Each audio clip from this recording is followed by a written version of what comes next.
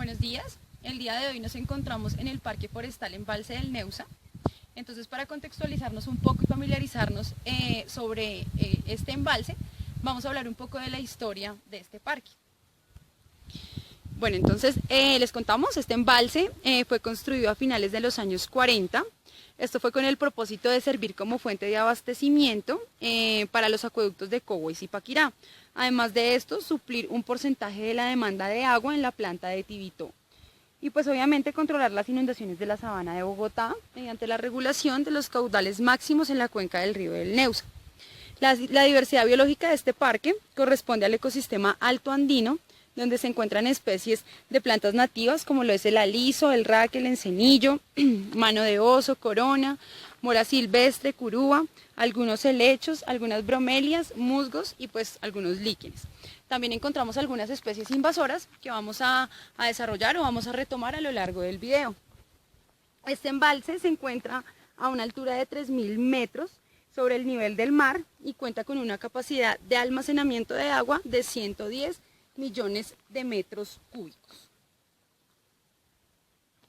Buenos días, hoy nos encontramos en la vereda Ladera Grande, ubicada en el municipio de Tausa, Cundinamarca.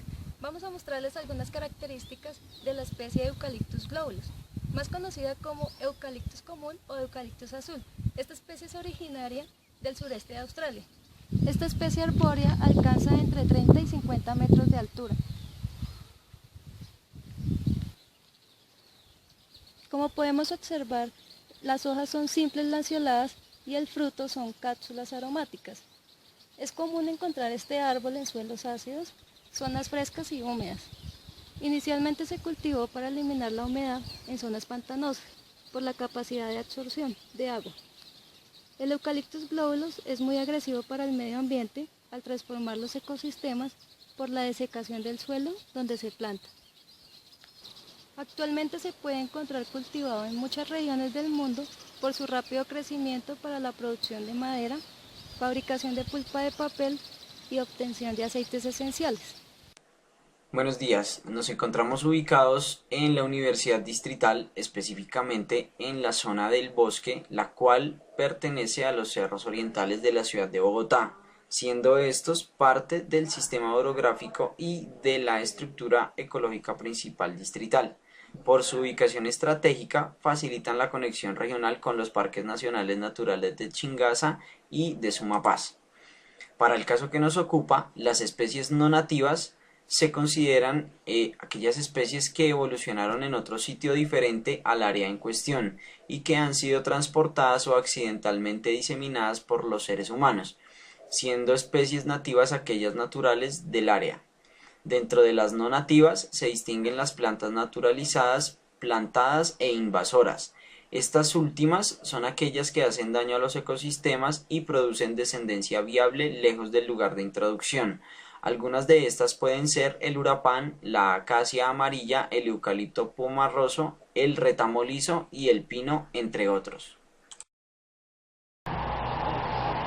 Bien, en este sector, por estar, digamos, colindando con el barrio La Perseverancia, observamos de igual manera que los vecinos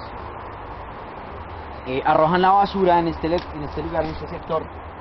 Como podemos observar aquí, una gran cantidad de bolsas, botellas, vidrios, que afectan de alguna manera también no solamente las especies vegetales, sino la misma fauna que podríamos llegar a encontrar en este lugar.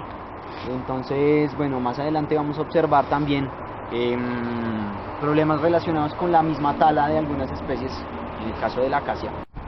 Bien, en este sector aquí donde estamos ubicados está la avenida Circunvalar y comenzamos a ver procesos de tala de alguna manera con un protocolo de alguna forma no debido, puesto que las especies igualmente que se están talando, a pesar de ser invasoras, no se tiene real claridad sobre las consecuencias que puede llegar a tener sobre el lugar en el cual se están talando. En este sentido, pues podemos observar que esto empieza a ser una problemática a lo largo de la avenida Circunvalar, en lo que colinda con la Universidad Distrital igualmente. El Instituto Alexander von Humboldt calcula que cerca de 500 especies de fauna y flora han sido introducidas en el país de manera intencional o accidentalmente y muchas de ellas se han convertido en verdaderas amenazas para nuestras especies nativas. Pilar Cubidos nos cuenta la historia.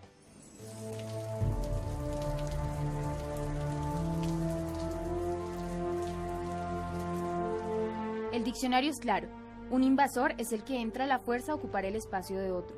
En este caso se trata de peces, antrópodos, anfibios, reptiles, ranas, árboles, flores y hasta plantas acuáticas que son originarios de otras latitudes y que terminaron en otros ecosistemas poniéndolos en peligro, unas veces por cosas del azar y otras por cuenta de la acción deliberada de quienes los trajeron. Las especies invasoras son especies introducidas, especies foráneas, especies exóticas, pueden ser nativas o no nativas, y que tienen una propagación muy rápida y por lo tanto invaden rápidamente o colonizan muy rápidamente un ecosistema. Buenos días, nos encontramos en el embalse del Neusa en el sector de Chapinero. Nos encontramos con el señor Luis Rodríguez, que es habitante de aquí de la zona y también ha venido trabajando en proyectos de restauración aquí en el embalse del Neusa. Entonces el señor Luis es administrador agropecuario y nos va a hacer el favor de respondernos unas preguntas. Buenos días, señor Luis. Buenos días. ¿Nos podría de pronto informar o de pronto decir en qué consiste o en qué han venido pues estos proyectos aquí en el embalse de restauración? Sí, pues yo tengo la oportunidad soy de acá de la zona y pues me he formado acá también como profesional, entonces pues la idea te voy a contar un poquito de la historia, del por qué. En el 1950, cuando hicieron el embalse del Neusa, pues todas esas áreas donde está el espejo de agua, pues eran cultivos agropecuarios que utilizaban, y otra parte era pues bosque altoandino. Entonces al construir el embalse, pues todas estas áreas fueron afectadas en la construcción de la represa de embalse del Neusa. Al quedar todas estas áreas despobladas, pues en ese entonces lo que hicieron fue traer especies exóticas, trajeron semillas de México, de Estados Unidos, como es el pino pátula, ciprés, radiata, eucalipto, acacias, y sembraron con un objetivo que era prevenir la erosión del embalse como tal.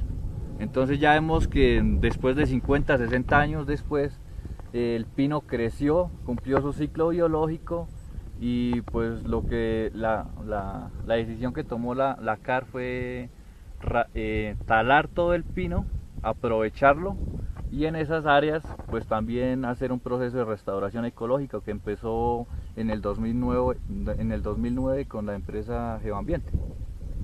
Entonces ese proceso lo que básicamente hacían era talar todo el pino, y en esas áreas empezaron a plantar especies de altoandinas a una distancia de 4 metros de distancia entre una y la otra, en un sistema 3 bolillos. Ok, señor Luis, muchas gracias. ¿Y me puede comentar, por favor, el proyecto ahorita actual que se está realizando, en qué consiste?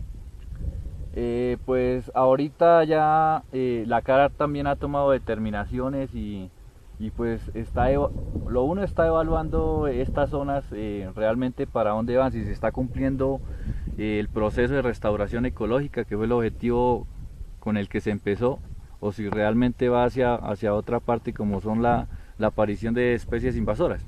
Entonces lo que se han implementado son nuevos proyectos, como el de la Universidad Javeriana, que es un nuevo proyecto que ya maneja totalmente una plantación diferente, no la tradicional como la que hablamos, sino se hace un sistema de nucleación, buscando pues una plantación a distancias más cercas, como de 1 metro, para formar en un poco más de tiempo un bosque, un centro de bosque, un relito boscoso, para evitar que pues las especies invasoras como la rubus mora, como el retamo espinoso, como los mismos pastos, el mismo rebrote de pino pátula, pues nos afecten estas plantaciones como tal.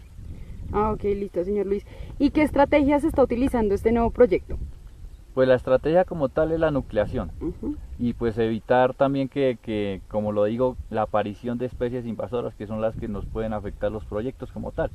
Lo que no se hizo en la primera etapa, el primer proyecto que realizó pues Geoambiente, porque como la distancia de siembra es muy a 4 metros es muy amplia, entonces da susceptiblemente a la aparición de especies invasoras. Listo, señor Luis. Y pues en la profesión del señor Luis y toda la experiencia que ha tenido en la parte de restauración, ¿podría contestarnos por qué es tan importante la mitigación de estas especies invasoras? Lo que pasa es que estas especies, pues llegan, o sea, de varios métodos. Uno puede ser por el viento, puede ser por el agua misma. Entonces también cuando hicieron la tala, pues metían maquinaria pesada, tractores, camiones. Esto también produjo el arrastre de muchas semillas de estas especies invasoras. Hay que tener en cuenta también pues el banco de semillas que había de años atrás en estas zonas, que no sabemos realmente qué banco de semillas habían, qué especies hubieron anteriormente. Entonces estas especies empiezan a aparecer, las aves también empiezan a dispersarlas, y entonces lo que hacen es formar y atacar las especies nativas como tal, y pues el proyecto de restauración ecológica se ve evadido totalmente. Listo, señor Luis. Entonces muchísimas gracias por su colaboración. Hasta luego. Bien, nos encontramos con el profesor Gustavo Giraldo, profesor vinculado, digamos, al grupo de investigación en gestión de calidad ambiental. Entonces, bien, profe, vamos a puntualizar sobre 3 preguntas. Entonces, la primera es, ¿qué opinión tiene sobre la deforestación y los procesos de restauración ecológica en la Universidad Distrital, específicamente en la Macarena A? Deforestación en la Macarena A. Digamos que yo, opinión tendría sobre los procesos de deforestación en general, digamos como una práctica que se hace de manera recurrente, por ejemplo, para dar inicio a otro tipo de procesos y comenzar de alguna u otra manera sucesiones. En el caso de deforestaciones para el interés, por ejemplo, económico, usted ve que las prácticas que los campesinos hacen en sus labranzas y demás implica a veces deforestar para poder cambiar lo que está ahí por un monocultivo, digamos, de interés económico, ¿sí? Y pues la opinión es que, digamos, aunque el proceso biológicamente es perjudicial, se fomenta el monocultivo de algo, pues también habría que decir que es la práctica, digamos, recurrente de ellos por costumbre, por, digamos, tener un interés económico, ganar un dinero producto de la cosecha, etcétera. Entonces, siempre la opinión ahí sería como un poquito compleja de dar, tocaría mirar como hacia dónde el proceso de deforestación. Si es deforestar por deforestar y dañar todo, pues es altamente perjudicial.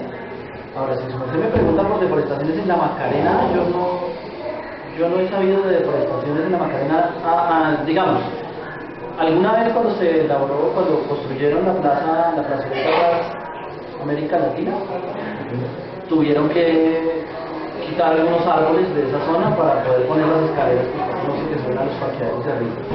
Pero muchos de los árboles grandes fueron trasladados a otros lugares. Y otros, pues sí tocó quitarlos, pero eso fue, digamos, para darle paso a otro espacio. Entonces, digamos, eso en cuanto a la deforestación. La otra pregunta era y reforestación.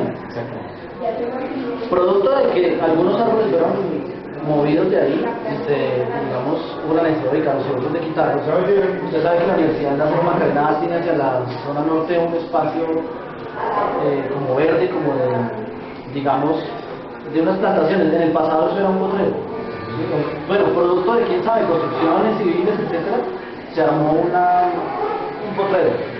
Por iniciativa del profesor Jaime Pedrosa, que era de Fisiología Vegetal en aquella época, digamos que estamos hablando del año 97, se tuvo la intención de hacer como una forestación, ¿sí? Como volver a plantar algo que fuera principalmente algunos árboles nativos, ¿no? De todas maneras, la matriz que está ahí de bosque tiene algunos árboles nativos, pero muchos otros son de interés ornamental y necesariamente, en algunos casos los ornamentales también son un poco violentos, son como invasores, ¿sí? Entonces, en la plazoleta América Latina, ¿qué hicieron? Se compraron unas materias, se pusieron unas plantas ornamentales, ojo de poeta y otras que son invasores. Para la parte del bosque se trató de plantar con algunas megastomataceae, y pues esos son los árboles o los arbustos que usted ve hoy en día crecidos, ¿sí? Ya tienen más o menos, ya como para unos 20 años de cultivo, por iniciativa de ese propio que Y ahí respondió el merced con la segunda más o menos, que iba direccionada hacia la influencia que tienen las especies invasoras de alguna manera en los procesos que se adelantaron arriba. Ahora, ¿cómo fue que, digamos, la falta del protocolo correctamente establecido, digamos, esos procesos de restauración, digamos, poner plantas por ponerlas? Sí, de esa manera, digamos, si uno no conoce o sea, digamos que para poder armar la reforestación hay que saber primero algo de historia de vida del bosque que era antes, ¿sí? Como para tratar de recomponer un poco la matriz original. Y después decir, bueno, como no va a quedar completamente como estaba original, ¿sí?, vamos a tratar de acercarnos lo máximo posible a través de un proceso de restauración ecológica. Entonces, desde ahí, desde ese punto de vista, si usted no sabe, no conoce la historia, no conoce, digamos, la trayectoria que ha tenido la sucesión, o no conoce los bosques que estaban, cómo estaban, o qué, digamos, especies existían, pues es muy difícil una vez tratar de armar algo. Cuando lo arma así sin saber, pues entonces por la iniciativa o el conocimiento que tenga el investigador se trata de pensarse en una idea como de restaurar. Y entonces, restaurar una especie de paisaje, ¿sabe de cuenta lo que hacen los restauradores de obras de teatro, de obras de pintura, ¿sí?, cuando el cuadro está deteriorado? Entonces, ¿qué le hace? Trata de acercarse lo más que pueda a la obra original y mira cómo era el color, etc. Entonces, aquí en el caso de la restauración ecológica, las personas que hacen, digamos, de manera activa la restauración ecológica tratan de buscar la historia que había, tratan de pensar cómo podría ser y en qué densidad sembrar los árboles, ¿no? Entonces, sí se necesita. Ahora, cuando usted pregunta que si lo hace de manera, digamos, desordenada o sin planear, pues claro que eso genera un problema, porque entonces usted debería saber más o menos qué árboles sembrar, cuánta distancia deben unos de otros, cuáles tienen buena cobertura de bosque, de ocelos, etc., cuáles servirán de sombra para algunas semillas, cuáles no, cuáles, digamos, son con semillas biogénicas, etc. Y entonces eso implica que sí debe conocer. Si no lo conoce, digamos que la restauración está un poco desorganizada. Aquí digamos que en el distrito se han hecho algunos estudios en procesos de restauraciones que no han hecho las personas, pero que les toca entrar a evaluar. Entonces, cuando usted evalúa cosas que otros han hecho sin saber la intención que tienen, pues es complicado. Entonces, eso ha quedado, digamos, algunas matrices de paisaje han quedado un poco desordenadas. Deberíamos tratar de conocer un poco la fisiología, la fenomenología y demás de las especies, para pensarse un poco en la restauración. En el bosque que se tenía ahí de acá en la Universidad de la Macarena, la iniciativa fue más de una acción como social de unámonos, ¿cierto?, en torno a tenemos que reverdecer allá, eso solo se ve pasto, y pues finalmente fue más como la unión de las personas, pero no sé si se haría con criterios digamos, de restauración de vamos a poner esta planta porque hace esto o lo otro, ¿sí? Simplemente fue más como me acuerdo inclusive que fue para batir un récord, el número de personas que plantaran al mismo tiempo un X número de árboles. Nos hicieron venir inclusive de camiseta blanca y china todos, y la idea era que veníamos acompañados de un niño de 2 años. ¿Sí? En esa época. Y pues sí, al parecer se vació un récord y todo, y de eso hay algunas fotografías. Pero entonces, que se haya hecho con algún criterio, no. Ahora, que esté desordenado el bosque, como usted lo ve,